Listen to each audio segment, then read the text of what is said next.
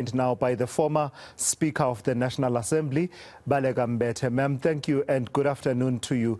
If perhaps we can start with just your reflections of what this moment represents to you, the passing on of Jessie Duarte. Thula Sizwe, this is one of the saddest days.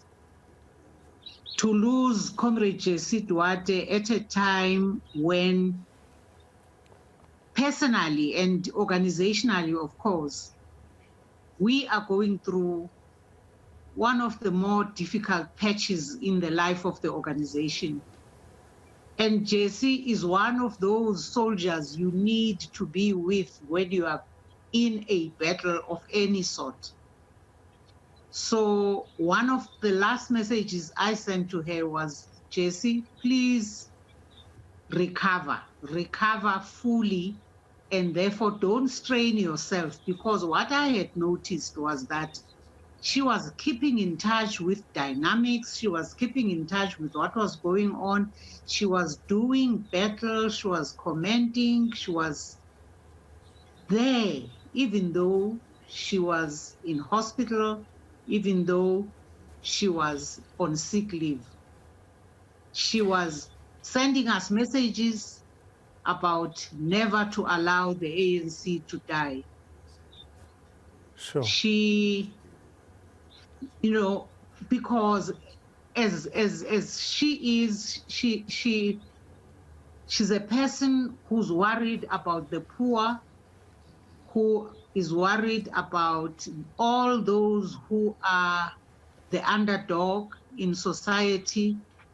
She's worried about housing. She's worried about all manner of socio-economic situations that are difficulties for poor South Africans. So Jessie is always watching out for the underdog. Tell me about... I remember her as a person you can't not have around. Yeah. Tell me about leading with her in the leadership structures of the ANC, ma'am, because she was all of those things that you have described, and President Cyril Ramaphosa has described her as a revolutionary dynamite that came in a small package, but she was dynamite. But she could also be tough. Yes, Jessie was a very tough person. Tough when faced with something she believed was wrong. Tough when she believed she had to communicate her views to someone she needed to correct. Tough against an enemy whom she saw as an enemy of her family, her community, her ANC, or any principle she believed strongly is being violated. She was very tough. That's why, therefore, she's not a person not to have around when you have a difficult battle to deal with. Let's, for a moment, reflect then, ma'am, on what her life, her contribution to the struggle, and her leadership, as well as her passing, mean for women in the ANC, because it's a conversation to be had, is it not? The fact that on paper the principles are there, the policies are there in terms of representation of women, but in reality there are certain questions that continue to linger about, for instance, if you go to the lower levels of leadership in the regions and even in the provinces, some of the difficulties of getting women to the fore in as far as the top leadership is concerned. What should this moment mean towards making that issue of women leadership to really be common cause, not something to even be debated in this day and age? I think very soon, when the Women's League task team, working task team will have met, will have had its first meeting, because the NTT met and it formed a working committee, sort of a working task team. It will then reflect based on one of Jessie's messages as she did battle from the sick bed. She never stopped. That's why I actually said to her, Jessie, please allow yourself to recover.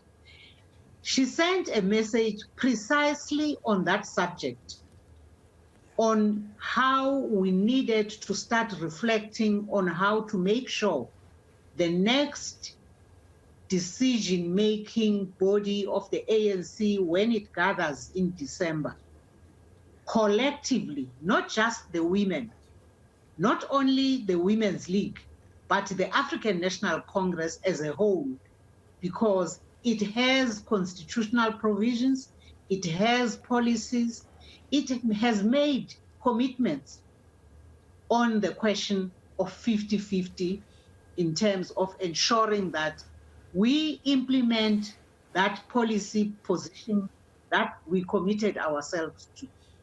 So she raised a question that we must unpack, and we must bring to the ANC a proposal as to how we ensure that in honor of her, we implement that commitment so that it doesn't remain just words on paper. It is actually implementable. Sure. And Baleka, one of the things that we hear about from her comrades is her sense of humor. That many of us who were never really at Luthuli House for anything longer than the duration of a media briefing would not have been exposed to. What are some of the most memorable conversations that you can recall as we watch in picture while you talk to me? The pictures there, the visuals coming from West Park Cemetery as President Cyril Ramaphosa and other leaders are leaving. I think they are leaving at this point from West Park Cemetery. Just share with me some of those memorable conversations. You know, what would make her laugh? One aspect of her life, which I'd like to share with you, and I would like to persuade you to allow me, having been very stunned and again inspired, though, by her life, after hearing that she had passed on, I wrote a poem which I wish to read. It's not a long poem. Please do. She wrote, by the way. Yes, she did. Write. Absolutely, please do. Yeah. And I know about this your. Entitled, yes, please go ahead. It's entitled, "Your Totem is the Bear." That's the title. You have departed this earth. For hours I've been stunned. I knew you had changed gear when you declared for all to know your totem is the bear. That you see far, you see joy and some pain. How true what you said in your last posting on 28th June. I am strong. I am resilient. It is strange to hear your funeral is this afternoon. As we pick up your spear, your words will travel down the generations. I am strong. I am resilient. Thank you. Comrade, thank you for that. Thank you for sharing that with us. It's quite profound, and it comes, you can tell that it comes from deep within your soul and within your heart. Baleka Mbete, it's good to see you. It's good to talk to you today, albeit under these difficult circumstances. That's the former Speaker of the National Assembly, Baleka Mbete, there, reflecting on the life of the late Jessie Duarte.